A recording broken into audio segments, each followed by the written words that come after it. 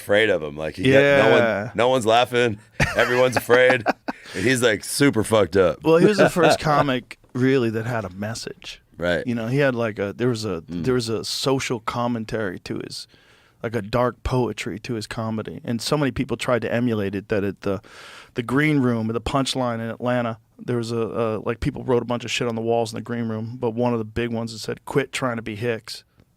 Wow. I remember seeing that going, yes, everybody did. We all did. It's crazy. It's just everybody like, wanted to be Hicks. Dude, you'd come, so after Stevie Ray Vaughan passed, right, I remember, you know, we were up in Dallas, Fort Worth, and we'd come down here in high school and shit, and go up and down 6th Street. I will never forget this.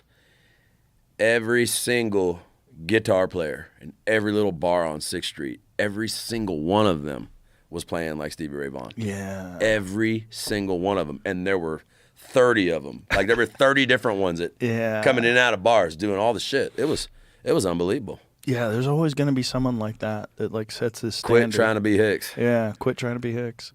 But it was like that was a... My daddy died for that flag. Oh, really? How about mine at Kmart? It's made in China. But he could do it because he was a Texan. Yeah. The vernacular is real. And then he'd turn around and, you know, fuck up the other side. Yeah, no, it was genius. Well, when I first saw him, he went on in Boston, and it was at Nick's Comedy Stop. And the guy who went on before him was this... He was a nice guy, but he was a hack. You know, he was just like cops and donuts, normal shit, stupid jokes. But the stupid jokes were working. It was cartoon characters smoking pot. You know, what would happen if Daffy Duck smoked a, joint with Donald Duck? It was dumb. But it Watered down Dangerfield. But it was getting people to laugh. And then Hicks went on stage and like immediately started bombing, you know. Immediately he opened up with saying that he's tired of performing and tired of going up and telling people a bunch of shit you couldn't possibly think up on your own. But the comics were dying, and there was like 300 people in the room. By the time he was done performing, there was 50. There was 50, and there was maybe me and my friend Greg Fitzsimmons were in the back of the room just dying laughing, and maybe 10 comics. We had all come to see Hicks because we had heard about him. And then I saw him a month later at the Comedy Connection, and he fucking murdered. The Comedy Connection was this little tiny club. It was like 150 seats, real low ceilings. Where? Boston as well. This is when I was first starting, so this is like 1988.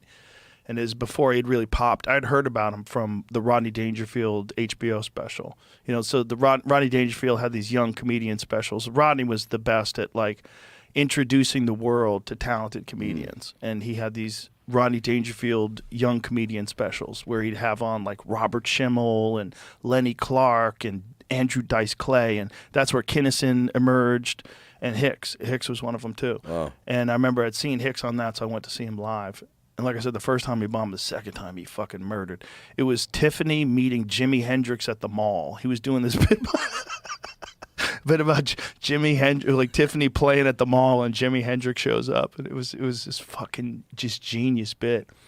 It was so funny, man. Is that something that's out there? Can you see that? I wonder, man. I wonder, because I don't think he ever put that on anything. It might be on an album somewhere.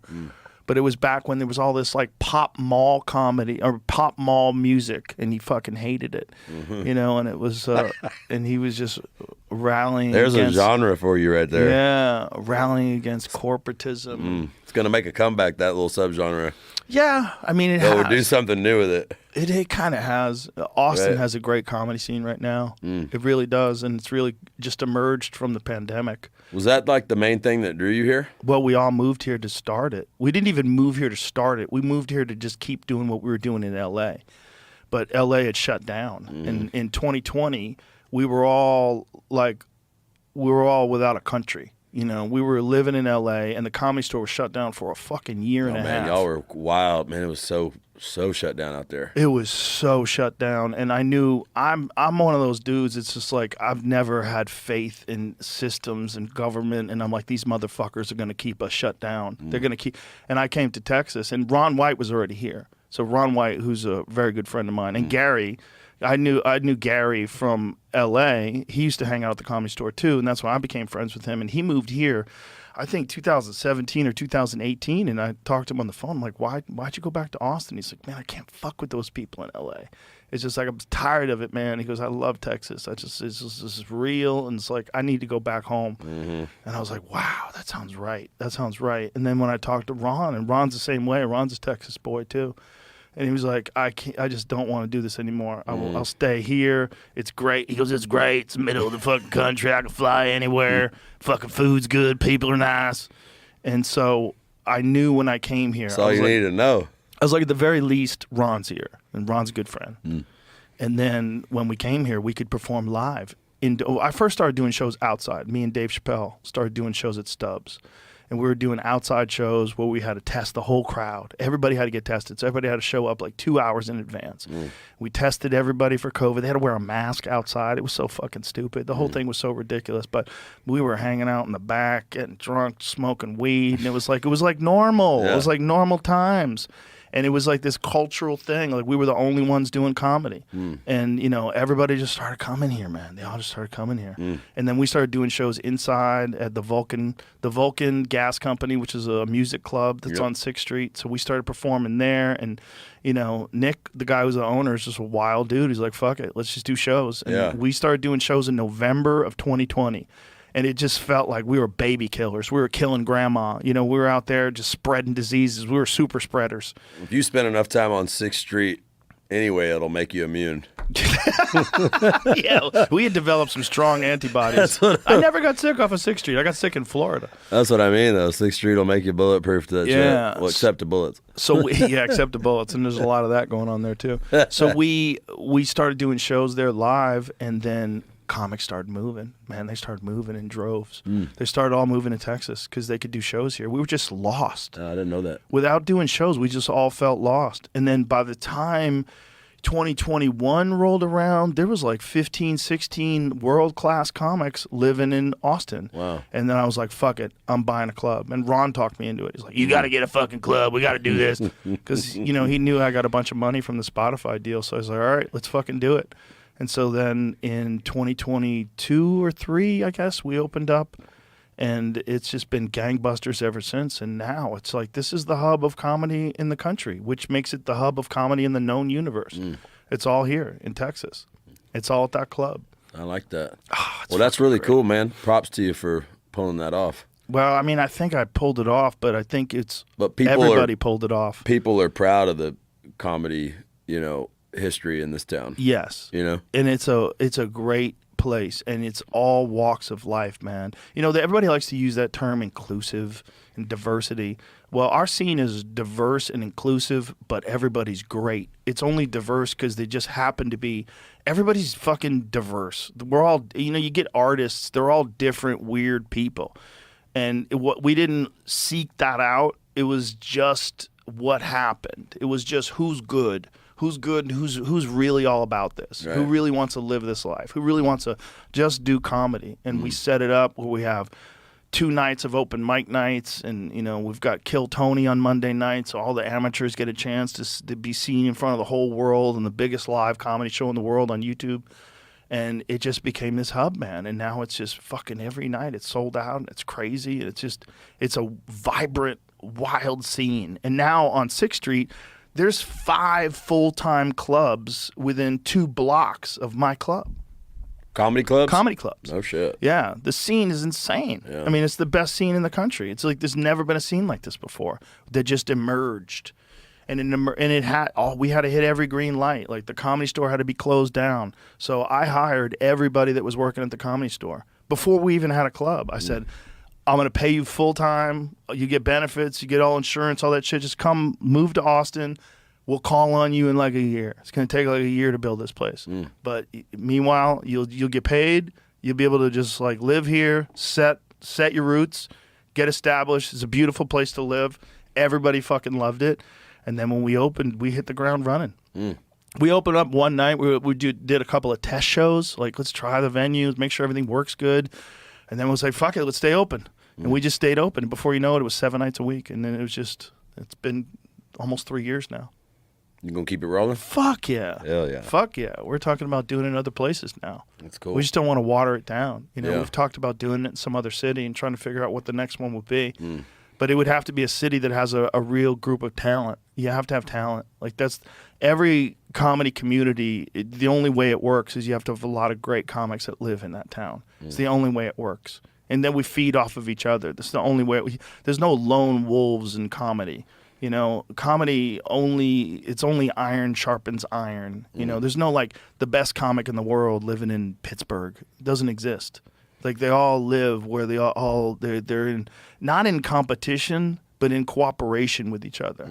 Like we're all inspired by each other. You have to have that. If you don't, and so we had to have like every green light. The comedy store had to be shut down for a solid year and a half. All those people had to be unemployed. I had to have all this money from Spotify.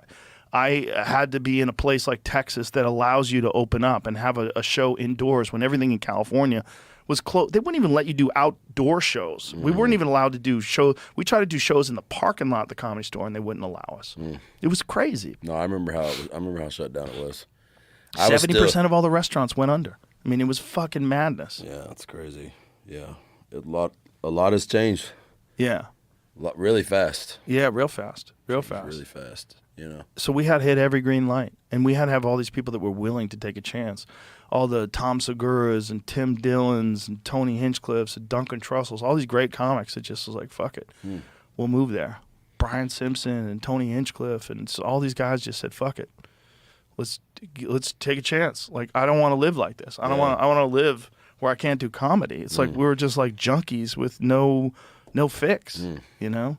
Yeah. I was still working the red dirt circuit when the pandemic hit. So to be honest with you, those boys was like it never closed.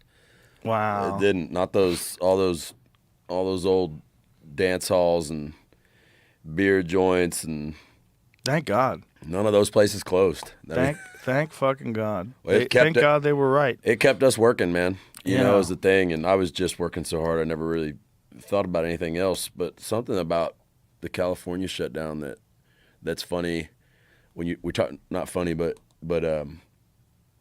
like the pandemic hit and I was unknown, but I had just finished that record, Welcome to Hard Times, and it didn't have anything to do with anything. I had the 2 surgeries.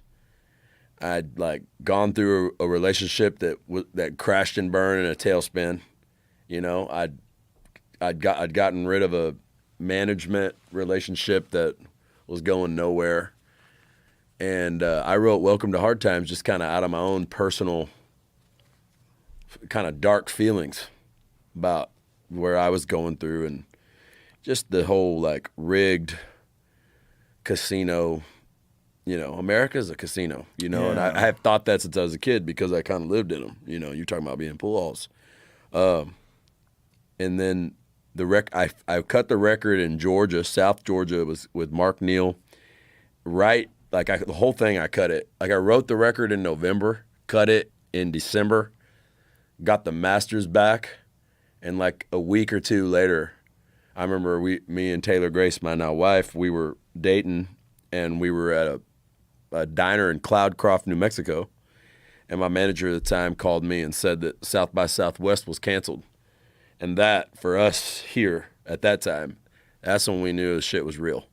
Nothing could stop that machine that was South by Southwest at the time. And strangely for me, I knew a lot of people that have known a lot of people that have passed away or anything, so I'm not saying that all the stuff that happened is a good thing at all. But for me, my career trajectory totally changed early on in the pandemic because no one was putting out records. No one had any interest in putting out records. And for that reason, David Macias, because I was riding his ass, actually thanks to John Folk at the time, he's like, don't let him shelve your record. Put that record out right now. You know, we're talking about, you know, July of 2020. Wow. You know, and I demanded more money. No one had ever put $1 into marketing my records. I'm talking about nothing. Before the shit hit the fan, these guys were talking about spending like 10, 15 grand total marketing Welcome to Hard Times. Wow. Total. I mean, shit, I spent twice that or more making it. And that's still a cheap record. But I mean, I remember a publicist told me once, like, you should spend at least double the money marketing your record that it costs you to make it and at least match it. You know, and here I was, like, that's what I mean. I was like caught on this like broke dick Americana scene, you know, on these 2-year record cycles, you know, with no money. You know, I was in a broke dick deal, just like Waylon was talking about. You know, I'm not bagging on Americana or anything. You know, I mean, I'm glad I showed up on the map somewhere. But we went ahead and put it out in July of 2020, and I had been wanting to buy billboards, and it just so happened, especially in California, but even in New York, I mean, everything was shut down. I mean, totally shut down. So I remember we bought a billboard in Silver Lake and in Times Square, right? Traditional static billboards for like 80% off because nobody was buying shit. Not a single other billboard over the course of like 9 months or a year in those neighborhoods changed, right? And I bought all those billboards, I bought like 1 month billboards, and some of those motherfuckers stayed up over 6 months. Wow. You know what I mean? At like 75% off, you know? And, you know, sometimes you write a song that get lucky. I was writing about personal experience, and it spoke for me. It wasn't a big record, but it changed my trajectory because Welcome to Hard Times, the song, really spoke to what was happening in America. Yeah. And that's when my train really started rolling. That's when it really started rolling. You know what I mean? It's like, and then I did all those records and Welcome to Hard Times and Music City USA coming like kind of right for the Nashville machine, and then The Man from Waco that I made down in Lockhart with Bruce Robinson, which was like the first time really that I'd made a studio record with my guys, you know, with more money, and Bruce Robinson, a songwriting friend that was not stopping me from being me, you know, and then that one was my first one to hit the Billboard 200. And then $10 Cowboy really took off another big step from there. And then I got hooked back up with Shooter. I used to open up for Shooter because Shooter was getting booked by John Folk too, right? And the two guys that took a liking to me early on, like pretty much nobody else did, was Evan Felker and the Turnpike Troubadours and Shooter Jennings. You know, Shooter would take me out and like, he didn't have to be cool to me. I mean, he's fucking Waylon's son, but he was always so cool. He's just cool. And so thoughtful, you know? Yeah, he's a great guy. And he would give me little things to live by, like when he saw how hard I was working out there, he's like, it says you can't park behind the Nashville Palace, but between me and you fucking camp there and nobody's gonna say shit. And then I lived in that fucking parking lot. That's the kind of shit you get by on, you know what I mean? Yeah. And I've got this movie that I funded, you know how slow the movie business is, that I was going to be called $10 Cowboy, and it's this thing I put together. I like finished my touring season at the rodeo finals in Vegas, and then I get back to Texas, and all the pressure of the business is mounting on me, and I'm just trying to get away from my manager and the machine and my phone and all that shit, and I decided to leave the phone at the house, and I had heard from a journalist about this secret shrine in a liquor store dedicated to Waylon Jennings in his hometown of Littlefield, Texas, there on 84. I'd known about it, but in the movie, I'm playing like I've never heard of it, and I'm going on this pilgrimage, you know, to find out if this little museum really exists, which it does. It's run by his youngest brother, James D., Waylon's youngest brother. Oh, wow. And so to get the movie going, I needed to get on the phone with Shooter, you know, to get hooked up with James D. and them, and we got the idea to get his mama, Jessie Coulter, involved. And all that, and I wanted to use some of Waylon's music for the film, and I was scared to death to ask for it, but Shooter had always been good to me, and so we ended up having the conversation. We caught up on a lot of stuff because see, I'd been hearing that he was producing, right, but I couldn't make heads or tails of it where he was going with it, and truthfully, I was like avoiding producers altogether because a lot of these guys, it's like, you know, they're such big names, it overshadows the artist. You know what I mean? And then they have the deal. Like they have the artist deal. Right. Then the artist just kind of, in a lot of ways, gets limited to like acting talent, you know, showing up at the fucking, you know, movie lot or whatever. Yeah. And But I kept hearing records that he was making by people I knew, like Jamie Wyatt. And I said, man, this is the best thing she's ever done. Shooter Jennings. Vincent Neil Emerson. This is the best thing he's ever done. Shooter Jennings. Like over and over. And I had been noticing that. And so we're on the phone, and he's all about the movie. Yeah, I'm going to help you license the songs. We'd love that. You know, my mama loves your music and all that. You know, she decided she's in the movie. He just was helpful with everything. And I had almost made a record at Sunset Sound there in old downtown Hollywood, the old Sunset Sound studio. I'd wanted to go in there because Mark Neal had told me about it, and I was tired of making records in Georgia and didn't want to go over to the wrong side of Mississippi. I wanted to make a record in California, and I told Shooter in passing on the phone that it had fallen through, and, you know, did he know Sunset Sound? And he was like, man, Charlie's crazy. I'm signing the lease on Studio 3, the Prince studio, tomorrow. Wow. Just in passing, you know? And I'm like, man, well, then let's make a record. And we're right in the middle of a trilogy now. I did Lonesome Drifter with him. Man, and then the next one that's coming out is Dollar a Day on 8/8, which I think is a lucky number. And then I've got a third one coming after that we're calling the Sagebrush Trilogy. And Shooter is the first guy I've ever been in a studio with where I truly don't feel judged. You know what I mean? Mm-hmm. And now and because I've got all these, it's just a perfect timing. It's like, wow, that like have been out on the road with him 10 plus years ago. And then, you know, like think about what he's been through in the business, right? I mean, he started cutting records 20 years ago. I mean, he's a crucified son automatically. Right. You know what I mean? Yeah. Walking in that shadow. Yeah. Man, he said a crazy line to me on the other day. He said, in regards to some other situation he was in, he was like, he said, I went from one shadow to another.